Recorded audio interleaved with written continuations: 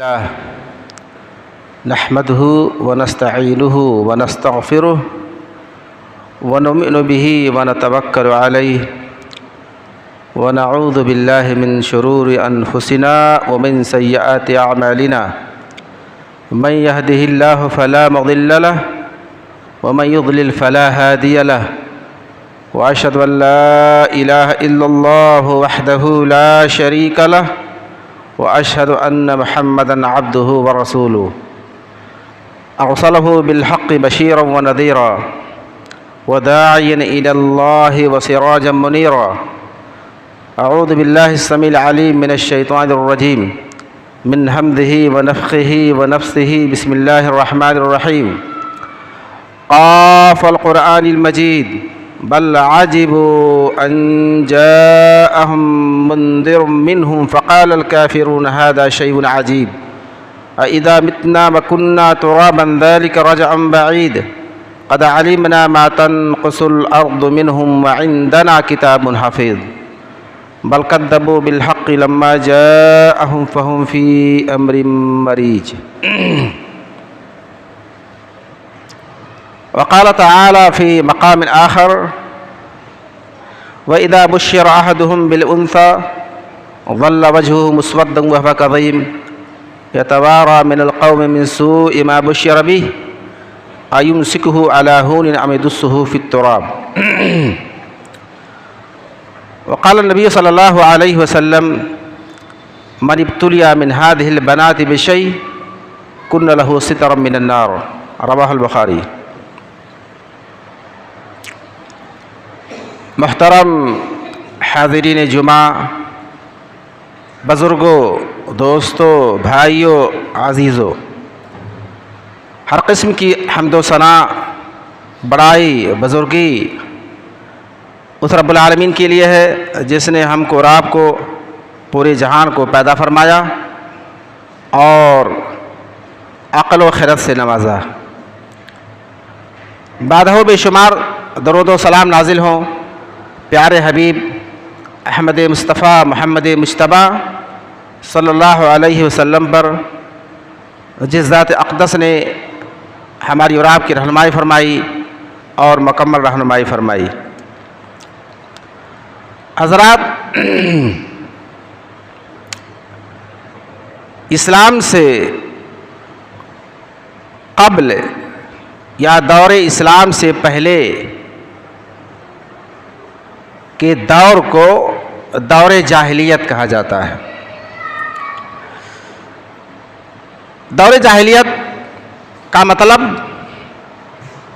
مظالم، برائیاں، خرابیاں، غردے کی فتنہ اور فساد اور ظلم و تعدی، تمرد و طغیان کی جتنی شکلیں ہوتی ہیں وہ انہی سے عبارت تھا۔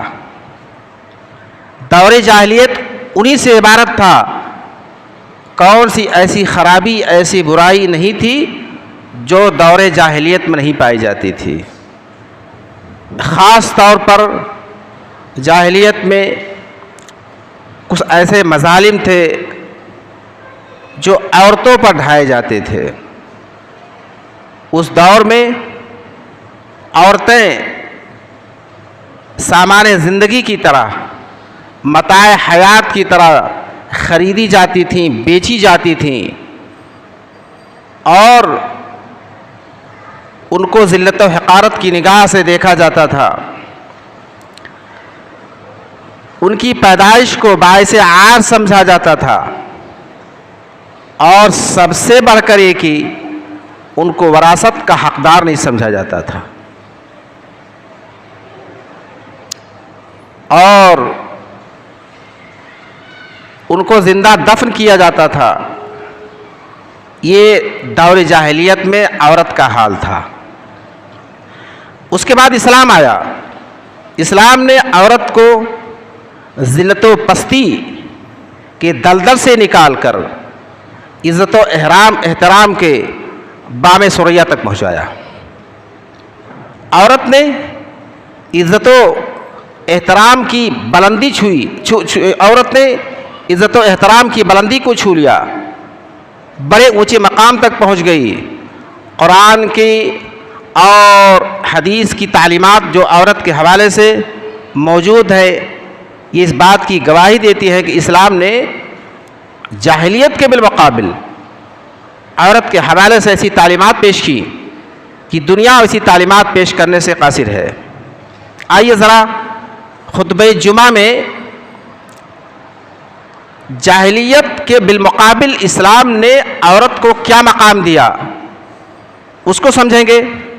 اور اس کو سمجھنے کے بعد ہم نے اور آپ نے ایک مسلمان ہونے کی حیثیت سے اپنے سماج میں، اپنے معاشرے میں اور اپنی زندگی میں، اپنے گھر اور اپنے خاندان میں، اپنے قبیلے میں اس کو کیا مقام دے رکھا ہے، دونوں کا موازنہ انشاءاللہ کیا جائے گا. میں نے عرض کیا کہ جاہلیت میں عورت کو ذلت و حقارت کی نگاہ سے دیکھا جاتا تھا اور ذلت و پستی کے دلدل میں پھنسی ہوئی تھی. اسلام آیا تو اس نے عزت و احترام کی نگاہ سے دیکھا اور اس بلندی تک پہنچایا کہ عورت کے خدمت کو، عورت کی قدر و منزلت کو عبادت قرار دیا گیا. آئیے دیکھیں اسلام کی کیا تفصیلی تعلیمات ہے اس حوالے سے. دیکھیے عورت کی اس دنیا میں زندگی میں عورت کی 4 حالتیں ہوتی ہیں. عورت کی 4 حالتیں ہوتی ہیں.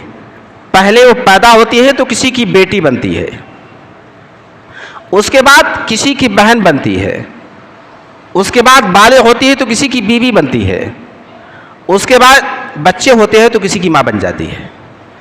اس زندگی میں، اس دنیا میں عورت کی 4 حالتیں ہیں. ان 4 حالتوں کے حوالے سے اسلام نے ہم کو کیا تعلیمات دی ہیں.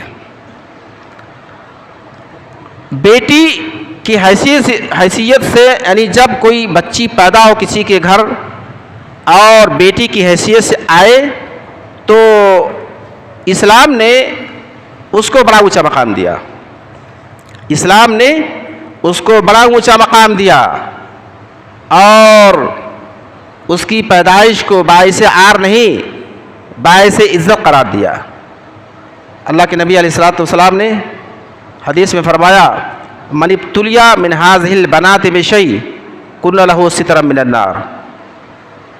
اس دنیا میں جس کو بیٹیاں دے کر کے آزمائش میں ڈالا گیا، یہ بیٹیاں کل قیامت کے دن جہنم سے اس باپ کے لیے آڑ بن جائیں گی. بیٹی کو، ایک لڑکی کو جب بیٹی کی حیثیت سے ہو تو اسلام نے اس کو اتنا اونچا مقام دیا کہ وہ باپ کے لیے جہنم سے آڑ بنے گی، باپ کو جہنم میں جانے سے روک دے گی. اور ایک حدیث میں اللہ کے نبی نے فرمایا من عال 3 بنات اور 3 اخوات، اور بعض روایتوں میں بنتین اور اختین ہے، فأدبہن وزوجہن واحسن الیہن ادخلہ اللہ الجنہ. جس آدمی کو اللہ تعالیٰ نے 3 بیٹیاں دیں، بعض روایتوں میں 2 بیٹیاں دیں، اور اس نے ان کو ادب سکھایا تو ان کی تعلیم و تربیت کی اور ان کی شادی کر دی اور ان کے ساتھ اچھا سلوک کرتا رہا، اللہ تبارک و تعالیٰ اس کے بدلے اس کو جنت میں داخل کرے گا. فلہ الجنہ. یہ مقام ہے بیٹیوں کا. اسلام نے مقام دیا.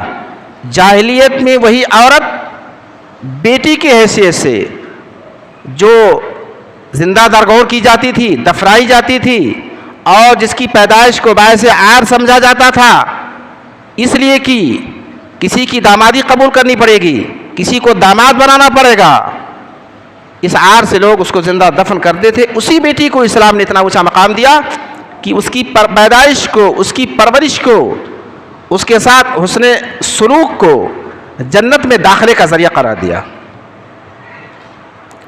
یہ اسلام نے مقام دیا ایک عورت کو جب وہ بیٹی کی حیثیت سے ہو. اگر عورت بہن کی حیثیت سے ہو تو وہی مقام ہے. اس روایت میں ہے، ابو داؤد کی روایت میں ہے من عال 3 اخوات اور ایک روایت میں اختین، جس نے 3 بہنوں کی پرورش کی یا 2 بہنوں کی پرورش کی، فأدبہن وزوجہن وأحسن الیہن فلہ الجنہ، جس نے 2 بہنوں کی پرورش کی اور یا 3 بہنوں کی یا 2 بہنوں کی پرورش کی، ان کو ادب سکھایا، تعلیم و تربیت کی ان کی، اور ان کی شادی کر دی اور ان کے ساتھ اچھا سلوک کرتا رہا، اللہ تعالیٰ اس کو جنت میں داخل کرے گا۔ عورت کو بہت قیمتی شے قرار دیا، اسلام نے عورت کو بہت قیمتی چیز قرار دیا ہے، اس کے بدلے انسان جنت میں داخل ہوگا، اور یہ بیٹیاں اور بہنیں جنت جہنم کے باپ کے لیے جہنم سے آڑ بن جائیں گی۔ یہ مقام دیا اسلام نے۔ اور بیوی کی حیثیت سے بھی اسلام نے عورت کو بہت اونچا مقام دیا۔ اللہ کے نبی نے فرمایا کہ خیرکم خیرکم لأہلی وانا خیرکم لأہلی، تم میں بہتر انسان وہ ہے جو اپنی بیوی کے لیے بہتر ہو، تم میں بہتر انسان وہ ہے جو اپنی بیوی کے لیے بہتر ہو، اور میں اپنی بیوی کے لیے سب سے بہتر ہوں۔ گویا کہ اسلام نے انسان کی بلند اخلاقی کا معیار عورت کے ساتھ حسن سلوک کو قرار دیا ہے۔ وہ انسان سماج کا اور معاشرے کا سب سے عمدہ انسان ہے، سب سے اچھا انسان ہے جس سے اس کی بیوی راضی ہو، جو اپنی بیوی بچوں کو خوش رکھے، جو اپنی بیوی کا خیال کرے۔ یہ اللہ کے نبی علیہ الصلوۃ والسلام نے اتنا اونچا مقام دیا، عورت جب بیوی کی حیثیت سے ہو۔ سماج میں بہت ایسے لوگ بھی ہوتے ہیں جو باہر کی دنیا میں دوستوں کے لیے، احباب کے لیے اور رشتہ داروں کے لیے تو بہت اچھے ہوتے ہیں، بہت نرم ہوتے ہیں، بڑے صاحب اخلاق ہوتے ہیں، بڑے کردار والے ہوتے ہیں، لیکن جب گھر میں آتے ہیں بیوی کے سامنے تو سارا اخلاق اور ساری نرمی، ساری بہتری ختم ہو جاتی ہے۔ ایک جلاد کی طرح گھر میں داخل ہوتے ہیں، ایک جلاد کی طرح ہوتے ہیں اپنے بیوی بچوں کے لیے۔ اسلام نے بیوی بچوں کے ساتھ اچھائی کو، حسن سلوک کو انسان کی بلندی کی اور خوش اخلاقی کی علامت قرار دیا۔ یہ اسلام نے مقام دیا عورت کو۔ اور اس کے بعد اسلام کا عورت کا تیسرا مرحلہ آتا ہے ماں بننے کا۔ اسلام نے عورت اگر ماں کی حیثیت سے ہو تو پھر کیا پوچھنا، اسلام نے بہت اونچا مقام دیا عورت کو۔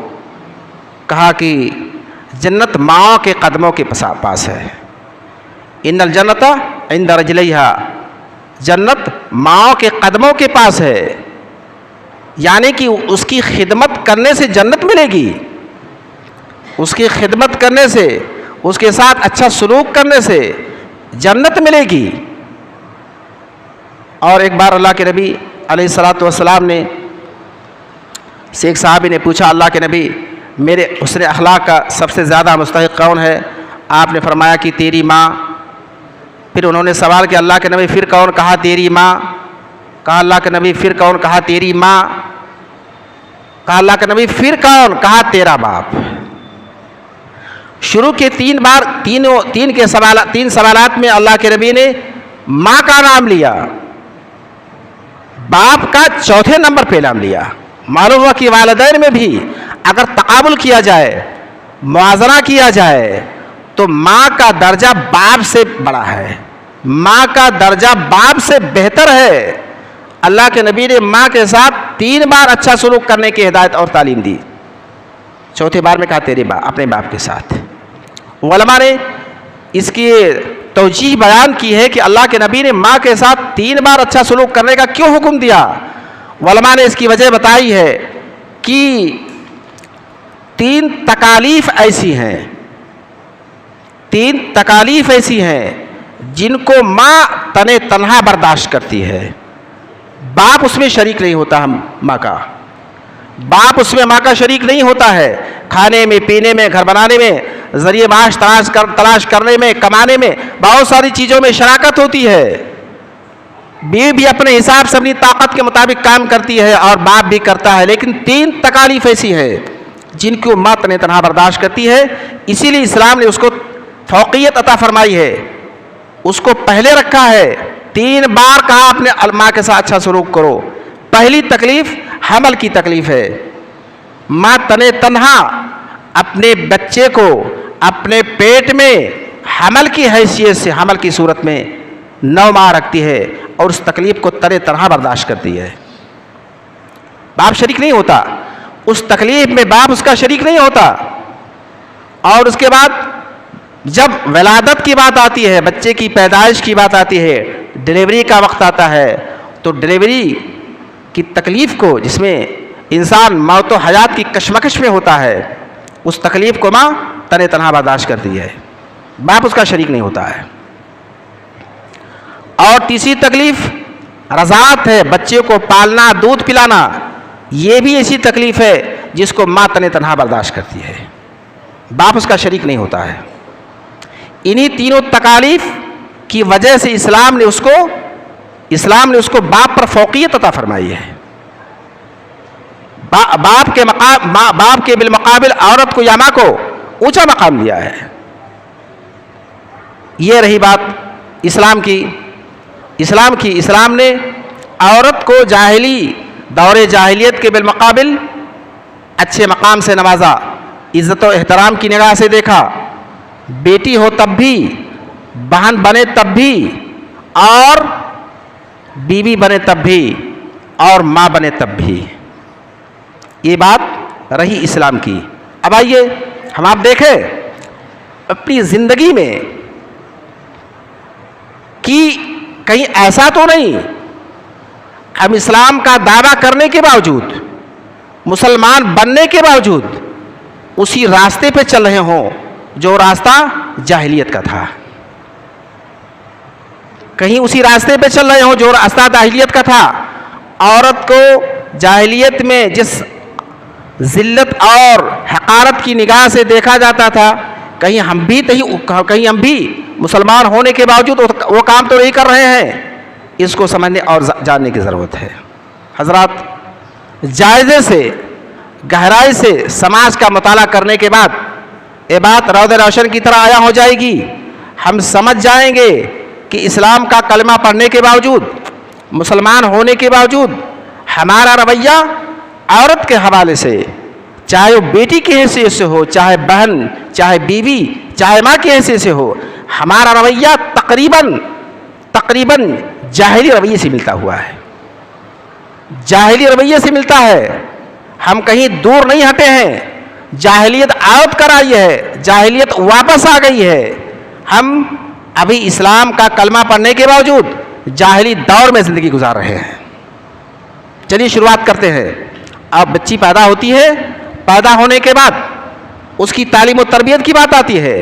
ہمارے اندر وہیں سے امتیاز پیدا ہو جاتا ہے، ہمارے اندر وہیں سے فرق پیدا ہو جاتا ہے. بچے کی تعلیم پر ہم 50,000 خرچ کرتے ہیں اور بچی کی تعلیم پر ہم 500 خرچ کرنے کے لیے تیار نہیں ہوتے ہیں. دونوں برابر ہیں، بیٹا ہو یا بیٹی. اسلام نے کہا کہ بیٹی کا مقام بیٹے سے کم نہیں بلکہ زیادہ ہے. میں نے جو حدیثیں آپ کو سنائی، کہیں بھی اس طرح کی کوئی حدیث بیٹوں کے تعلق سے نہیں ہے کہ بیٹے بھی باپ کے لیے جہنم سے آڑ بن جائیں گے، بیٹے بھی جنت میں والدین کے لیے داخلے کا ذریعہ بن جائیں گے. کہیں کوئی سی حدیث نہیں ہے.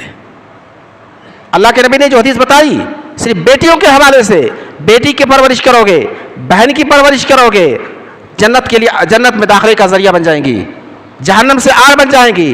بیوی کے ساتھ اچھا سلوک کرو گے، تمہاری دنیا میں زندگی سنور جائے گی. ماں کی خدمت کرو گے، ماں کے قدموں کے تحت جنت ہے، اسی کے قدموں میں سر ٹیکو گے، جھکاؤ گے، خدمت کرو گے، جنت ملے گی. کہیں کوئی ایسی حدیث نہیں ہے جس میں کہا گیا ہو کہ بیٹوں کی پرورش کرو، یہ جہنم سے آڑ بن جائیں گے. بیٹوں کی خدمت کرو، ان کو پڑھاؤ لکھاؤ، یہ جنت میں داخلے کا ذریعہ بن جائیں گے.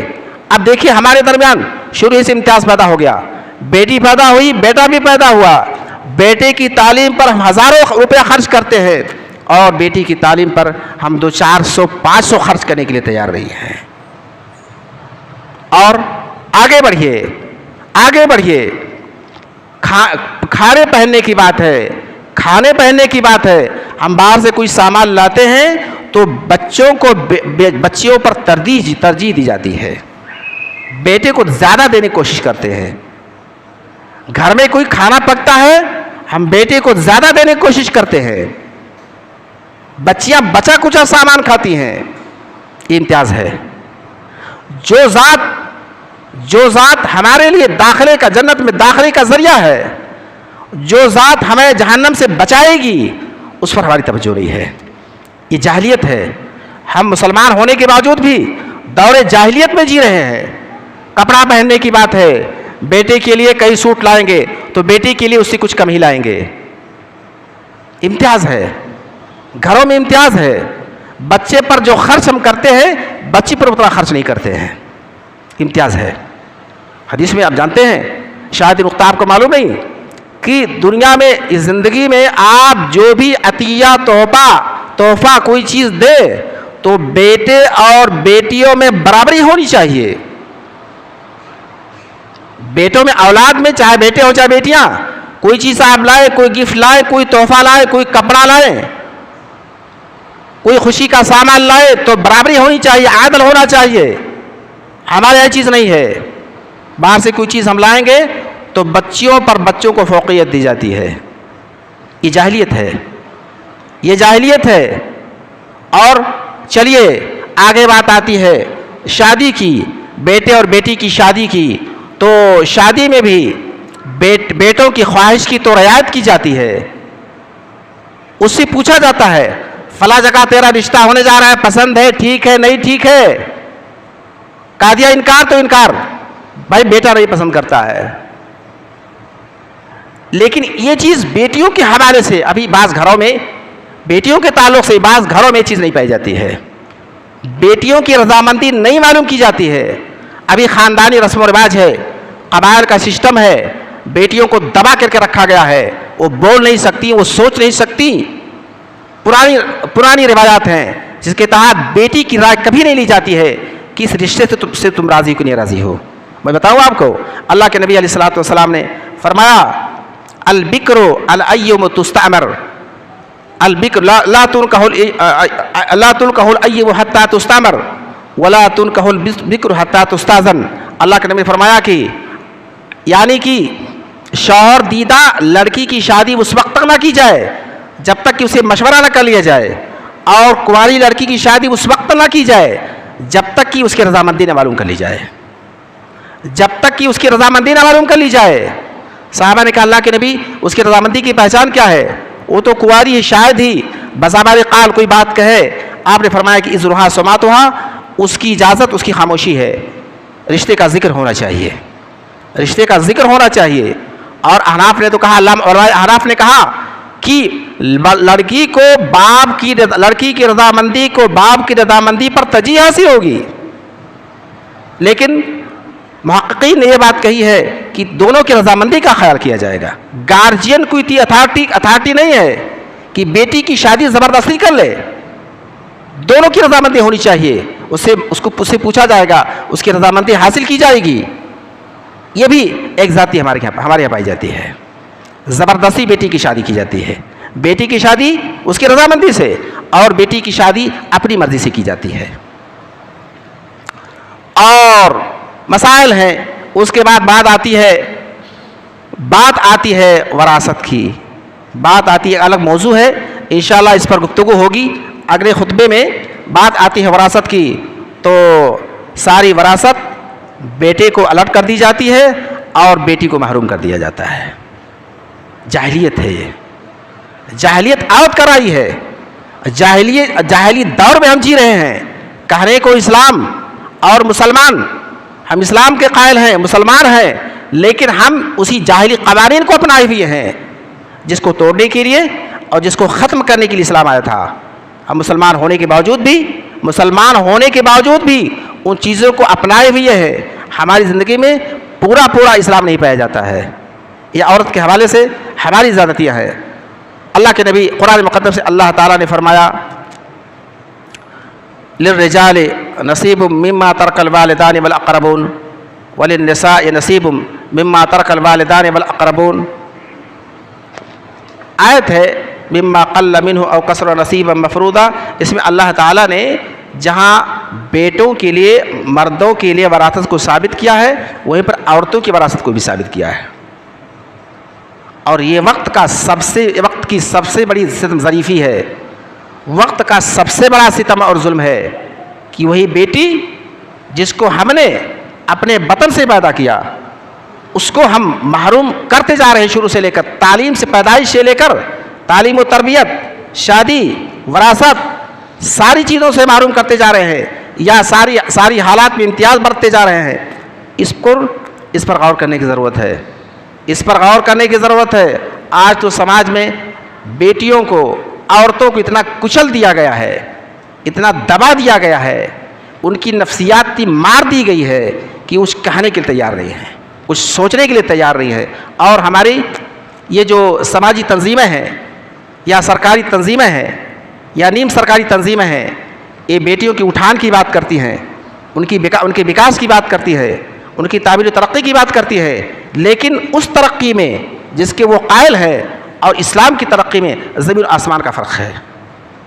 اسلام عورتوں کی آزادی کی بات کرتا ہے, اسلام عورتوں کی آزادی کی بات کرتا ہے, اسلام عورتوں کی ترقی کی بات کرتا ہے, لیکن اس کا ایک دائرہ ہے, اس کا ایک دائرہ ہے, اسی دائرے میں اس کا رہنا ہے.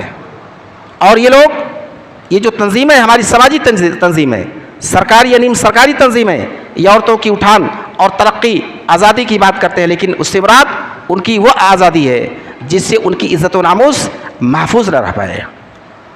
وہ بازاروں میں گھومے, وہ کلب گاہوں میں جائے, وہ نمائش گاہوں میں جائے, وہ جہاں چاہے جس محفل کی زینت بنے, یہ ان آزادی کی بات, یہ لوگ اس آزادی کی بات کرتے ہیں. بہرحال اسلام, ہم نے اور آپ نے عورتوں کو جس طرح سے مظلومیت کے دلدل میں پھنسا رکھا ہے, اسے نکال کر کے احترام اور عزت کے میدان پہ یا بلندی پہ لانا ہے. اور یہ لوگ جس بات کی بات کرتے ہیں وہ اس کے خلاف کرتے ہیں. اچھائی اور سچائی دونوں کے بیچ میں ہے, دونوں کے بیچ میں ہے. لہذا اس حوالے سے ہمیں متنبہ ہونے کی ضرورت ہے, کہیں ایسا نہ ہو کہ اس کمزور ذات, اس صنف نازک پر ظلم کی وجہ سے ہماری عاقبت خراب ہو جائے, ہماری عاقبت خراب ہو جائے, ہماری عاقبت برباد ہو جائے. ظلم ہے, چاہے باپ پہ کیا جائے, چاہے بیٹے پہ کیا جائے, چاہے بھائی پہ کیا جائے, چاہے بیٹی پہ کیا جائے. ظلم ہے. ان ظلمات یوم القیامہ, اللہ کے نبی نے فرمایا کہ یہ ظلم قیامت کے دن تاریکیوں کی شکل میں آئے گا. تاریکیاں بن کے آئے گا, روشنی ہمارے سامنے نہیں ہوگی, اندھیرا ہوگا, راستہ نہیں دکھائی دے گا, ہم گمراہ ہوں گے, ہم ظلمت و تاریکی میں ہوں گے.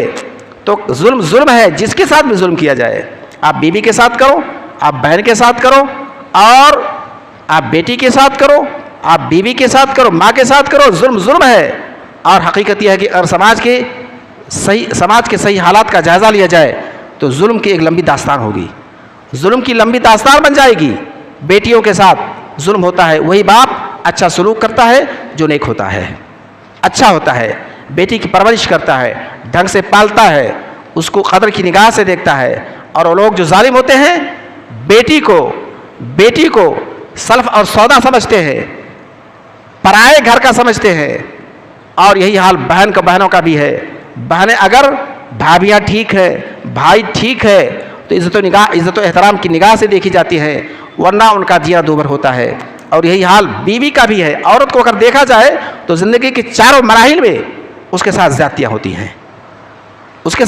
ہوتی ہیں, پراپرٹی نام کی اس کے سامنے یا اس کے ساتھ کوئی چیز ہوتی ہی نہیں. پراپرٹی نام کی کوئی چیز کے پاس نہیں ہوتی ہے. بیٹی بنی تب بھی کچھ نہیں, بہن بنی تب بھی اس کے پاس کچھ نہیں, اور بیوی بنی تب بھی اس کے پاس کچھ نہیں, اور ماں بنی تب بھی اس کے پاس کچھ نہیں. اس کی ساری زندگی رحم و کرم پہ گزرتی ہے, جبکہ اسلام نے اس کو مالکانہ حقوق دیے ہیں. اس کی بھی پراپرٹی ہونی چاہیے, اس کے پاس بھی جائیداد ہونی چاہیے، اس کو تبھی اس کی عزت و احترام کی نگاہ سے دیکھا جائے گا. مگر عورت ایک سلف اور سودی کی طرح سے ہے، سامان کی طرح سے ہے. اللہ کے نبی علیہ الصلوۃ والسلام نے فرمایا الدنیا کلھا متاع خیر متاع الدنیا المرأۃ الصالحہ. دنیا پوری کی پوری سامان زیست ہے، فائدہ اٹھانے کی چیز ہے، اور اس میں سب سے قیمتی چیز عورت ہے. اس میں سب سے قیمتی چیز عورت ہے. اسلام نے عورت کو دنیا کی سب سے قیمتی چیز قرار دیا ہے، سب سے قیمتی چیز قرار دیا ہے. لیکن ہم نے اور آپ نے اپنے عمل سے، اپنے وتیرے سے اس کو دنیا کی سب سے بے قیمت چیز قرار دے دیا ہے. عورت کا کوئی ویلو نہیں ہے، نہ باپ کی نظر میں، نہ بھائی کی نظر میں، نہ شوہر کی نظر میں، نہ بیٹوں کی نظر میں، اور نہ عام لوگوں کی نظر میں. کیونکہ اسی بیٹی کو لینے کے لیے، شادی کرنے کی غرض سے ہم کسی کے ہاں جاتے ہیں، کسی بیٹی والے کے ہاں، تو کہتے ہیں بیٹی بھی دو اور بیٹی کے ساتھ پیسہ بھی دو، بیٹی بھی دو، بیٹی کے ساتھ پیسہ بھی دو. اگر بیٹی کا ویلو ہوتا، اس کی قیمت ہوتی، تو پیسے کا مطالبہ نہیں کرتے. معلوم ہوا کہ عام سماج کے عام لوگوں نے بھی عورت کو بے قیمت بنا دیا ہے، عورت کو بھی قیمت بنا دیا ہے. بہن بنے تب بھی قیمت، بیٹی بنے تب بھی قیمت، بیوی بنے تب بھی قیمت، اور ماں بنے تب بھی قیمت.